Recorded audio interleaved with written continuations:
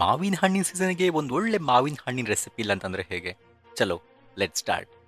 ಒಂದು ಪ್ಯಾನ್ಗೆ grated coconut ಹಾಕೊಂಡು ಗೋಲ್ಡನ್ ಬ್ರೌನ್ ಆಗೋವರೆಗೂ ಫ್ರೈ ಮಾಡ್ಕೊಳ್ಳಿ.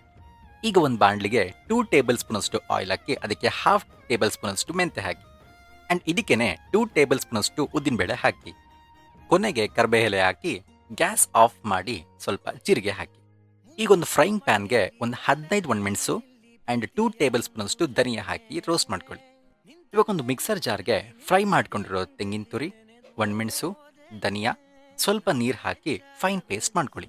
ಇದೇ ಪೇಸ್ಟ್ಗೆ ಮಾಡ್ಕೊಂಡಿರೋ ಒಗ್ಗರಣೆ ಕೂಡ ಹಾಕಿ ಅದನ್ನ ಕೂಡ ಫೈನ್ ಪೇಸ್ಟ್ ಮಾಡ್ಕೊಳ್ಳಿ. ಈಗ ಒಂದು ಕಡಾಯಿಗೆ ನಮ್ಮ ಕಿಂಗ್ ಆಫ್ ಫ್ರೂಟ್ನ ಆ್ಯಡ್ ಮಾಡ್ಕೊಳ್ಳಿ. ನಾನು ಇದಕ್ಕೆ 5 ಕಸಿ ಮಾವಿನ ಹಣ್ಣು ತಗೊಂಡಿದ್ದೀನಿ.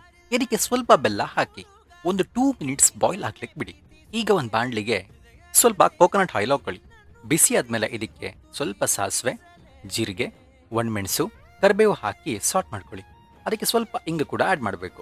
ಈಗ ಬಾಯ್ಲ್ ಆಗ್ತಿರೋ ಮಾವಿನ ಹಣ್ಣಿಗೆ ನಾವು ಗ್ರೈಂಡ್ ಮಾಡ್ಕೊಂಡಿರೋ ಪೇಸ್ಟ್ನ ಹಾಕಿ ಸ್ವಲ್ಪ ಉಪ್ಪು ಕೂಡ ಹಾಕಿ ಸ್ವಲ್ಪ ಹೊತ್ತು ಬಾಯ್ಲ್ ಆದಮೇಲೆ ಇದಕ್ಕೆ ನಾವು ಮಾಡ್ಕೊಂಡಿರೋ ತೆಂಗು ಮತ್ತು ಇಂಗಿನ ಒಗ್ಗರಣೆ ಹಾಕಿದ್ರೆ ಆಯಿತು. ಫೈನಲಿ ಕೋರಿಯಂಡರ್ ಲೀವ್ಸ್ ಹಾಕಿ ಮಿಕ್ಸ್ ಮಾಡಿದ್ರೆ ನಮ್ಮ ಮಾವಿನ ಹಣ್ಣಿನ ಕಸಿ ಅಥವಾ ಮಾವಿನ ಹಣ್ಣಿನ ಸಾಂಬಾರ್ ರೆಡಿ ಆಗುತ್ತೆ.